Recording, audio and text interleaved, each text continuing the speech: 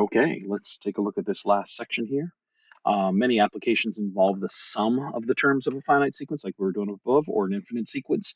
And when we do that, we call that a series. So a sequence is just this set of terms, but if we add them up, we get what we call a series. So consider the infinite sequence. So again, this is a sequence, A1, A2, A3, all the way up to A sub I, or again, A sub n, or whatever it is. They just wanted to use n down here later, so they changed it to I.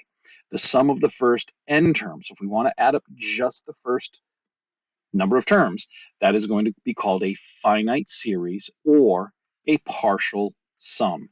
And again, sum being adding, partial being just a piece of it. And so we have A1, A2, all the way up to A sum n. And so that's going to be the sum from I equals 1 to n of A sub I. The sum of all the terms of the infinite sequence is called an infinite series and is denoted by A1 plus A2 plus A3 all the way up. And it doesn't stop at AI here. It continues going on and on forever and ever. Then we say it's the sum from I equals 1 to infinity of A sub I. So let's just take a look at one example, and then you can get started on the homework. So for the series, the sum from I equals 1 to infinity, so this is an infinite series, of 3 over 10 to the I, find A, the third partial sum. So in this case here, we're just going to let n equal 3. So that means we are going to find the sum from I equals 1 to 3 of 3 over 10 to the I. So I'm going to go ahead and plug in 1. Then we'll plug in 2. And then we'll plug in 3.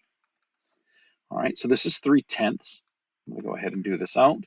3 over 100, which is 3/100. And then 10 cubed is 3 over 1,000. And so if we wrote these as decimals, 3/10 is 0.3, 3/100 is 0.03, 3,000 is 0.003, and if we add those up, I get 0.333. Now, what if we want to add up all of them? So now we're saying, what is that sum from I equals 1 to infinity of 3 over 10 to the I? So now we're going to add up all of them. So I have 3 over 10 to the first plus 3 over 10 squared plus 3 over 10 cubed plus, and this just continues on. Well, if we look at the pattern, we had 0.3 plus 0.03 plus 0.003. The next one would have 3 zeros and a 3.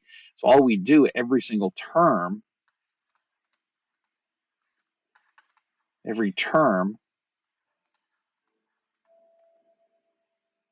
adds another 3. And so we end up getting 0.3333 forever and ever and ever, which hopefully we're all aware is 1/3. All right, that takes care of this. Your homework is in classroom.